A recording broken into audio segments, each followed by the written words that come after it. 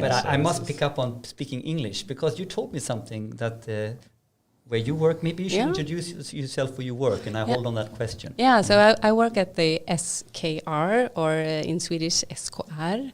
So that's Swedish regions and municipalities, regioner och kommuner in Sweden. And they have an association that drives their biggest and most important issues towards the government and the EU and stuff like that. And we are also taking care of things that being a region or a municipalities. How do you run it? How do you keep it up? And how do you make welfare for everybody in Sweden? So we are not allowed to talk English. So we have to translate everything in English to Swedish. So why is that? Yeah, because we live and work in Sweden, of course, and we have to talk to our members, the municipalities and regions, in their own language. So one of the things that we work a lot with, because I'm chief of digital transformation, you can say, we have to constantly translate. Yeah, and this is interesting, because I can understand the purpose that on a municipality everybody should be inclusive. We are in Sweden, but from the global data and AI scene and where the talent is and the technology is all about, it's really English is the international language of data, I guess. And you have to be on the international stage as well. Yes. And have to talk about what's important from Sweden, because AI is also a global question. Yes. And there is something interesting in our work together in the AI agenda. That's about to tell the story about how Sweden are going to work with AI. I'm looking forward to speaking more about that. I think it's a very important initiative. I'm glad that we are doing that in Sweden. Yeah, but I'm just... with the language, I'm so happy that you said that you will help me if I'm struggling with the words, because that's basically it. Yeah. I'm not talking English so much, so thank you for that. Of course. Yeah. So with that, perhaps you can very briefly try to describe a bit about your background and who Louise Callenberg is. Yeah, and that's a big question. So thank you for that one. We know sailor. Yeah, you know the sailor one. It's how I want to interpret myself. No, it's I think always when giving a question like that, it's a hard question to answer, because it's in this context, who am I? But my background as in theology and in psychology, it's basically because I was studying to become a priest. Really?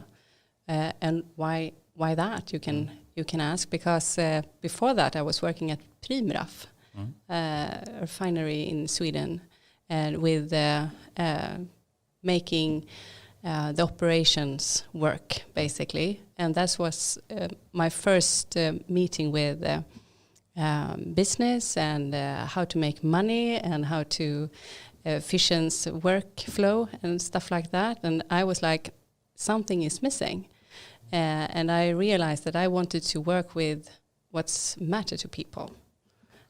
So I started to basically look at the university courses and what could probably make me find that course. So it was religion A. So I started that with that study, and it struck me the first week that this was the most interesting thing I've met. And what I met was you're asking what humans like us, how we interpret our life and how we do it in context with others, and how much culture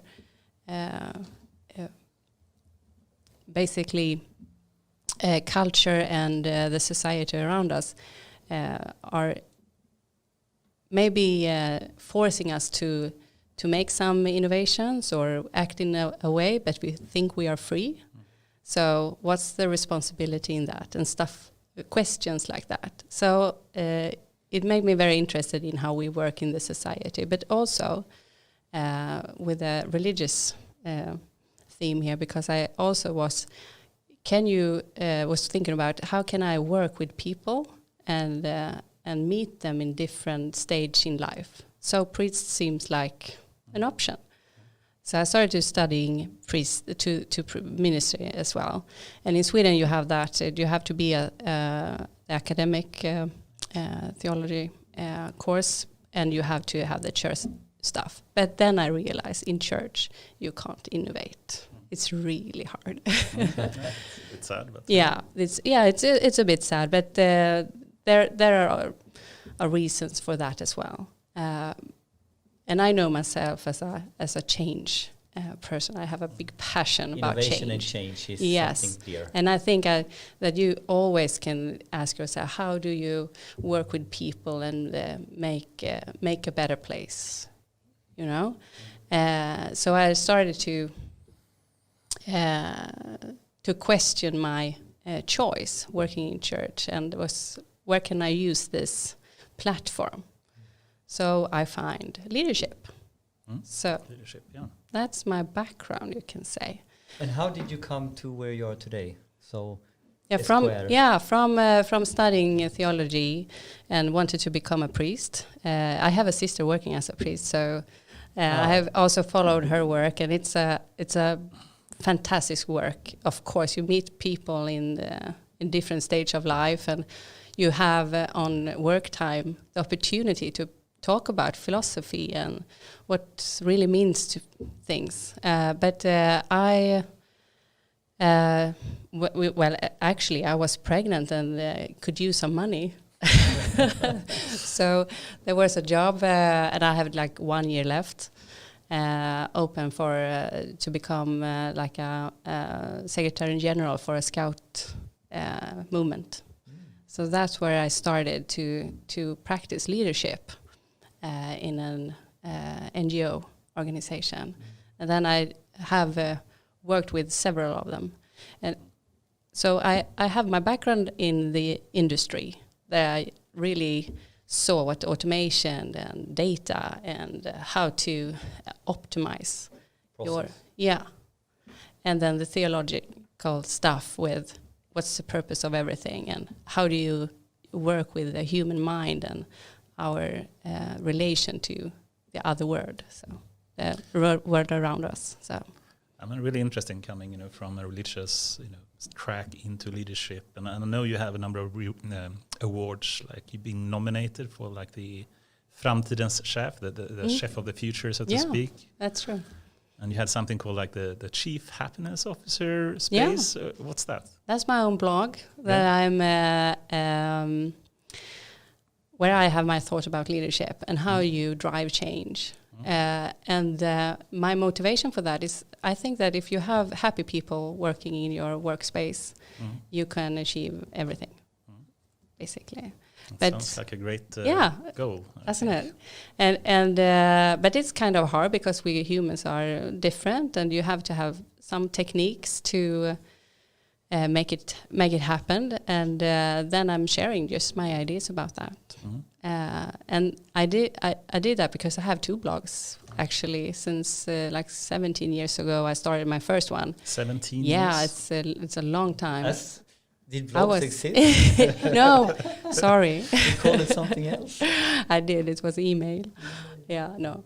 But so I have always writing about how it is to become a mother, or how to raise kids, or how to just live. But when I started to write about work issues, I noticed they didn't really match, because my more existential pieces were not really that what do you call it, genre? Genre, yeah. Try that. Yeah, so I was like, okay, I have to your cup of tea. Yeah, so I have to make it more